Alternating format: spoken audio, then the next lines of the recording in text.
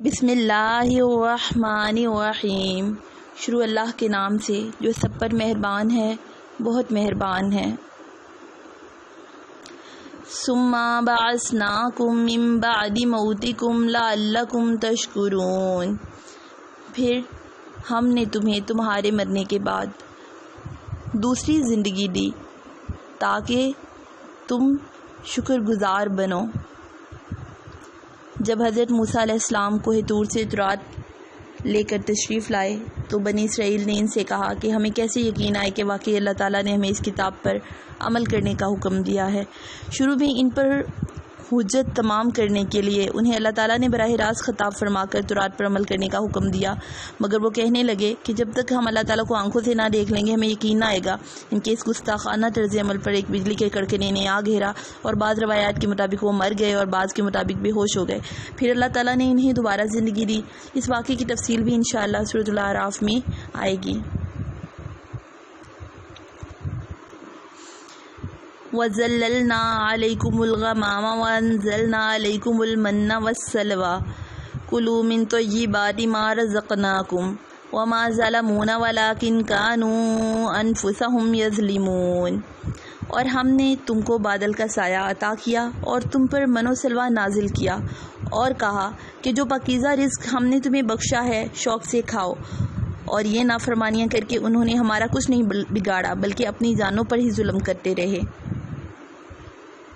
جیسا کہ سورۃ آل عمران میں آئے گا کہ بنی اسرائیل نے جہاد کے ایک حکم کی نافرمانی کی تھی جس کے پاداش میں انہیں صحرائے سینا میں مقید کر دیا گیا، لیکن اس سزا یابی کے دوران بھی اللہ تعالیٰ نے انہیں جن نعمتوں سے نوازا یہاں ان کا ذکر ہو رہا ہے۔ صحرا میں چونکہ کوئی چھت ان کے سروں پر نہیں تھی، اس لیے ان کو دھوپ کی تمازت سے بچانے کے لیے اللہ تعالیٰ نے غیب سے یہ انتظام فرمایا کہ ایک بادل ان پر مسلسل سایہ کیے رہتا تھا۔ اسی صحرا میں جہاں کوئی غذا دستیاب نہیں تھی، اللہ تعالیٰ نے غیب سے من و سلوہ کی شکل میں انہیں بہترین خوراک مہیا فرمائی۔ بعض روایات کے مطابق من سے مراد ترنجبین ہے جو اس علاقے میں افراد سے پیدا کر دی گئی تھی، اور سلوہ سے مراد بٹیریں ہیں جو بنی اسرائیل کے قیام گاہوں کے آس پاس کثرت سے منڈلاتی رہتی، اور کوئی انہیں پکڑنا چاہتا تو بالکل مزاحمت نہیں کرتی تھی۔ بنی اسرائیل نے ان تمام نعمتوں کی بری طرح ناقدری کی اور اسی طرح خود اپنی جانوں پر ظلم کیا۔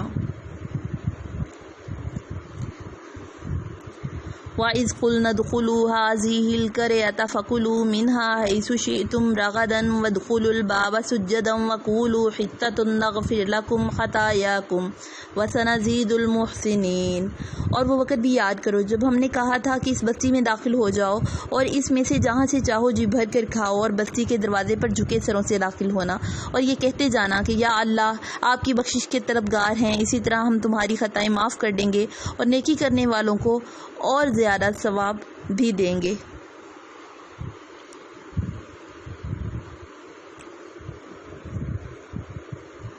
فَبَدَّلَ الَّذِينَ ظَلَمُوا قَوْلًا غَيْرَ الَّذِي قِيلَ لَهُمْ فَأَنزَلْنَا عَلَى الَّذِينَ ظَلَمُوا رِجْزًا مِّنَ السَّمَاءِ بِمَا كَانُوا يَفْسُقُونَ، مگر ہوا یہ کہ جو بات ان سے کہی گئی تھی ظالموں نے اسے بدل کر ایک اور بات بنا لی۔ نتیجہ یہ کہ جو نافرمانیاں وہ کرتے آ رہے تھے ہم نے ان کی سزا میں ان ظالموں پر آسمان سے عذاب نازل کیا۔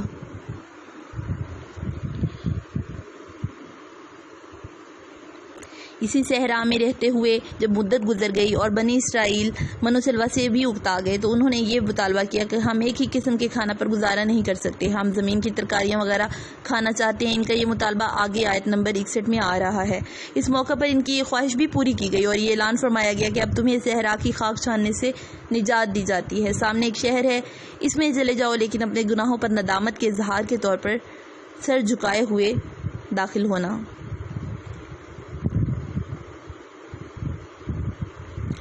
اور اللہ تعالیٰ سے معافی مانگتے ہوئے شہر میں داخل ہونا۔ وہاں اپنی رغبت کے مطابق جو حلال غذا چاہو کھا سکو گے، لیکن ان ظالموں نے پھر ضد کا مظاہرہ کیا اور شہر میں داخل ہوتے ہوئے سر تو کیا جھکاتے سینہ تان تان کر داخل ہوئے، اور معافی مانگنے کے لیے انہوں جو الفاظ کہنے کی تلقین کی گئی تھی ان کا مذاق بنا کر ان سے ملتے جلتے ایسے نعرے لگاتے ہوئے داخل ہوئے جس کا مقصد مسخرہ پن کے سوا کچھ نہ تھا۔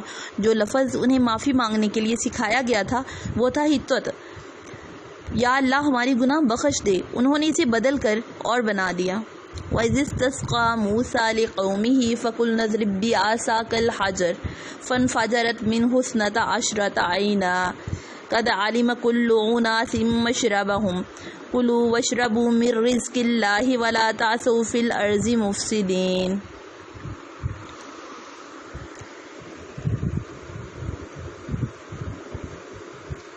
اور وہ وقت بھی یاد کرو جب موسیٰ نے اپنی قوم کے لیے پانی مانگا تو ہم نے کہا اپنی لاٹھی پتھر پر مارو، چنانچہ اس پتھر سے 12 چشمے پھوٹ نکلے۔ ہر قبیلے نے اپنے پانی لینے کی جگہ معلوم کر لی، اور اللہ کا دیا ہوا رزق کھاؤ اور زمین میں فساد مچاتے مت پھرنا۔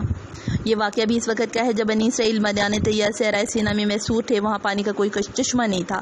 اللہ تعالیٰ نے ایک معجزہ کے طور پر 12 چشمے پیدا فرما دیے۔